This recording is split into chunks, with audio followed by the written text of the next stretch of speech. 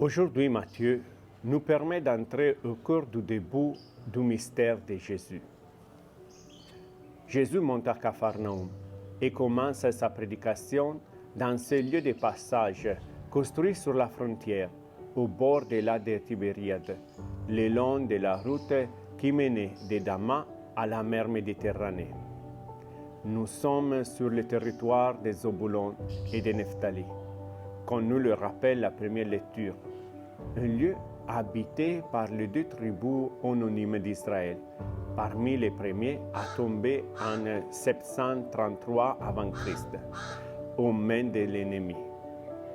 Un territoire frontalier, regardé avec méfiance par les portes de Jérusalem, un lieu où croyances et rituels, culture et langue se sont mêlés et où Jésus a commencé sa prédication, depuis les confins de l'histoire.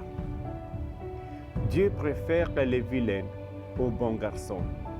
Il invite les premiers de la classe à sortir, à se salir les mains. Il oblige ceux qui le suivent à aller vers les frontières agitées de l'histoire, plutôt que de fermer les clôtures des fausses certitudes de la foi. Dieu aime le risque. Veut se salir les mains. Va proclamer le royaume là où personne ne l'attend, ni ne le désire. Jésus choisit de vivre de tout partage avec ses habitants. Il éclaire, témoigne. Notre foi doit sortir de nos églises. Dieu est fatigué d'être vénéré dans les tabernacles et de ne pas pouvoir entrer dans notre quotidien.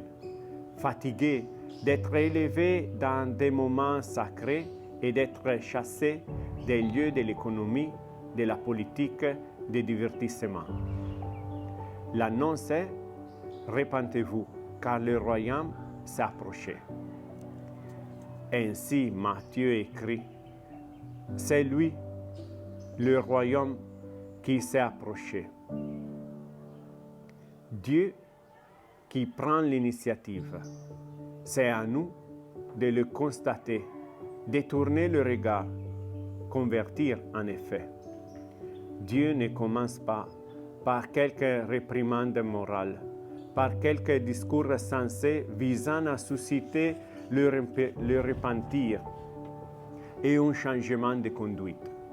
Lui, il est le premier à s'offrir, à se donner, à risquer. Il dit, « Je suis près de toi ». Tu l'as remarqué? Réaliser, c'est tout quitter les multiples affaires, les multiples choses pour retrouver l'essentiel. Comme Pierre, comme André, devenus pécheurs d'hommes. Le royaume est là où Dieu règne, là où il est au centre. L'Église, communauté d'appelés et des disciples, appartient au royaume, même s'il ne l'épuise pas. Même si nous vivons dans la souffrance, même s'il nous semble que tous nos efforts sont inutiles, le royaume, lui, approche. Nous n'avons pas à sauver le monde, il est déjà sauvé. C'est qu'il ne sait pas, et il vit dans le désespoir. À nous de rendre présent ce royaume, à nous de vivre en sauvé, à nous de vivre dans la lumière au milieu des ténèbres, pour être le reflet de Dieu et apporter l'espérance. Bon dimanche à tous et à toutes.